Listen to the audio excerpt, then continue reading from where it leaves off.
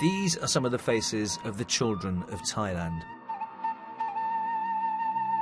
Young and innocent for now. But life for many children like these is far from easy. 2 hours or so drive from the Thai capital of Bangkok is the resort of Pattaya. The police monitor this tourist hub as best they can.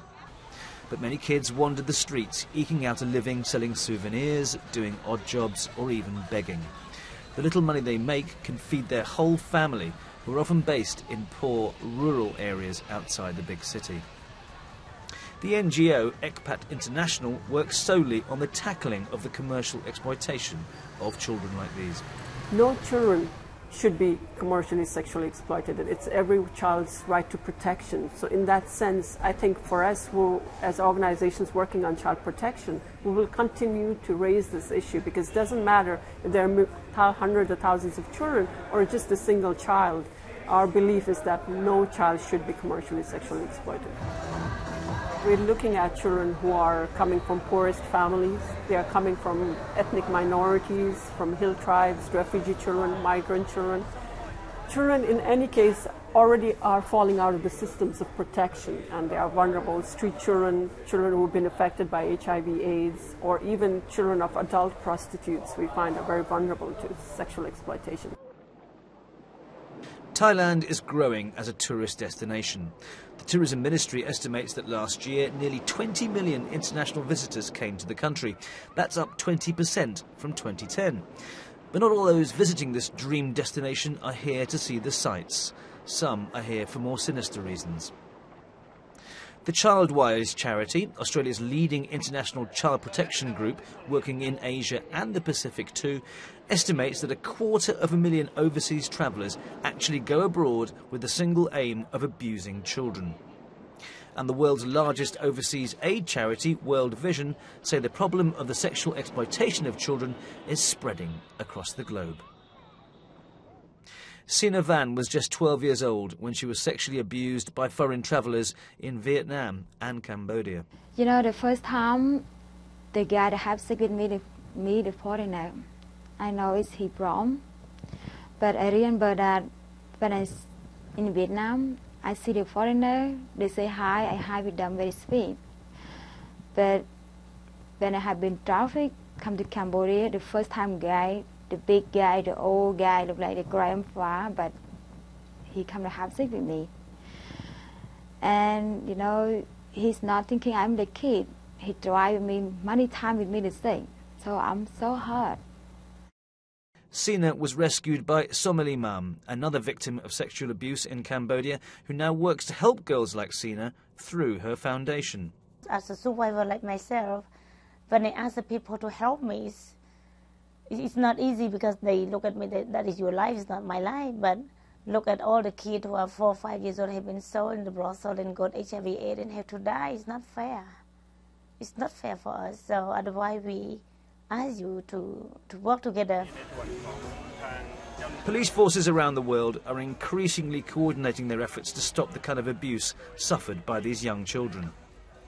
Some of the preventative measures are actually that capacity building networks, so that in a country in Southeast Asia, the police know how to talk to the children's services, they've got good links with the NGOs, and they've also got links to us and other Western law enforcement bodies, all of whom can work as a team and deliver really good effect.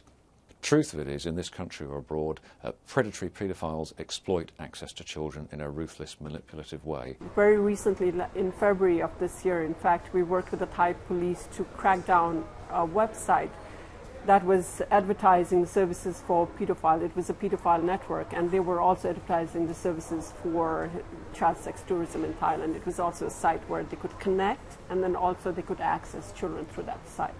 So in that sense, it is a destination country for child sex tourism. But increasingly sophisticated police techniques can't seem to stop the proliferation of child sex tourism rings. And the problem isn't just restricted to Thailand and other Southeast Asian countries. Russia and other European nations and Africa also come up high on the list of child sex tourism destinations. These are some of the countries where there is a known problem. Despite international efforts, the charity World Vision says the danger from travellers who abuse children is spreading to more and more countries. They say the financial crisis has meant that many abusers based in Europe are staying nearer home and luring victims in places like Romania and the Czech Republic. And here in Brazil, it's estimated that between 250,000 and 500,000 children work in the sex industry. Earlier this year, Brazil's tourism ministry say they asked 2,000 websites to remove sexual content promoting the country as a prime destination for sex tourism. Many had invitations for encounters with minors. Many of the sites were based in the USA.